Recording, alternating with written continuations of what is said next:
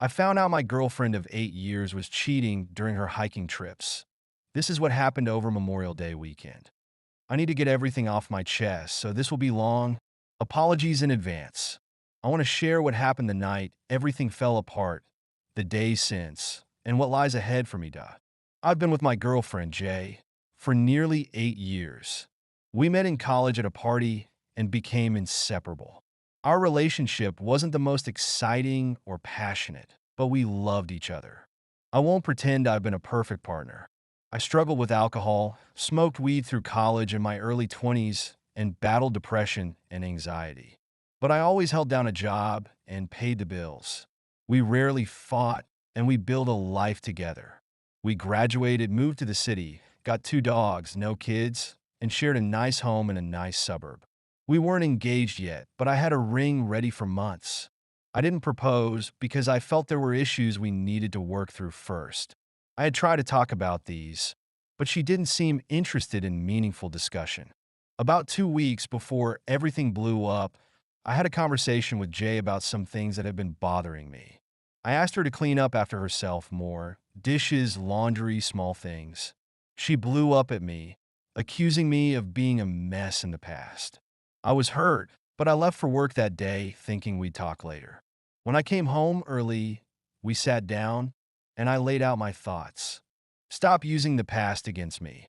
I admitted I wasn't perfect, but I had worked hard to improve. I couldn't stay in a relationship where my darkest moments were constantly thrown in my face. Work schedules, Jay works the night shift, and our schedules barely aligned. She had been sleeping a lot on her days off, leaving me to handle most of the housework. I was feeling neglected, and our relationship was suffering. Our sex life, it had always been lackluster, and I wanted to improve it. I had worked on becoming more attractive and open about what I needed, but she hadn't engaged in these talks. I was desperate for dialogue, but she gave me nothing in return. She said she needed time to think. Since then, I barely saw her. She left for a hiking trip with coworkers and was gone for nearly a week. Then work kept us apart for another week. On Friday night, Jay asked if I wanted to go to a birthday dinner for a family friend. I had plans for Sunday, so I told her I probably wouldn't come, knowing she'd stay late.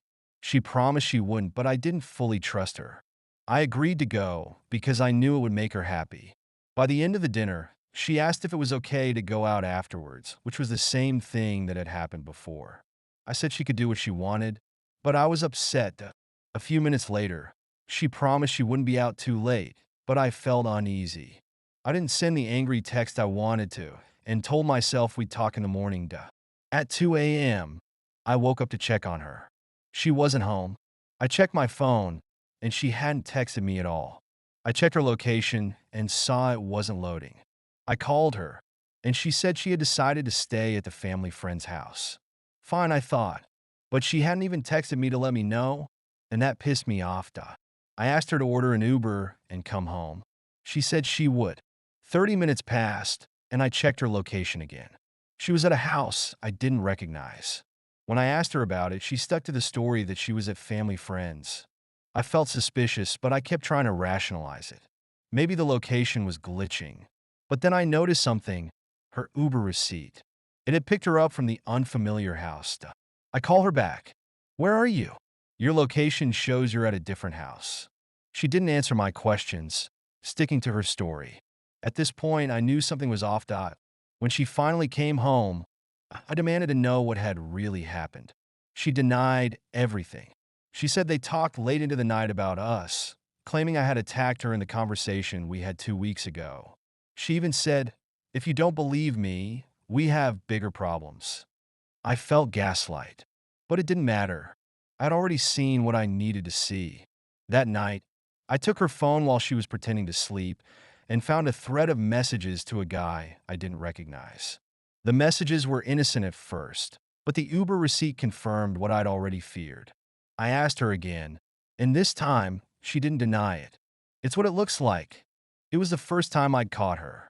She didn't offer much of an explanation, only that I had thrown away an 8-year relationship. But I knew. It was over. The next few hours were a blur. There was no real closure, just a deep, constant ache. It felt like my whole future had been thrown out the window. I reached out to friends for support, and they listened to me ramble all day. They helped me make it through that first unbearable night. I knew I had to get an STD test. I was considering therapy. I had to talk to my parents about what had happened, even though I didn't know how to do it.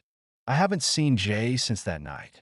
She's been staying in the guest room while I've avoided her as much as possible.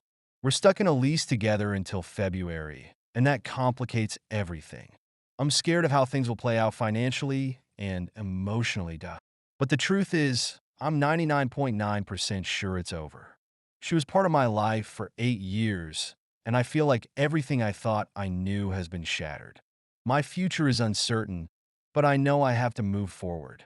If you've read this far, thank you. Writing this was cathartic.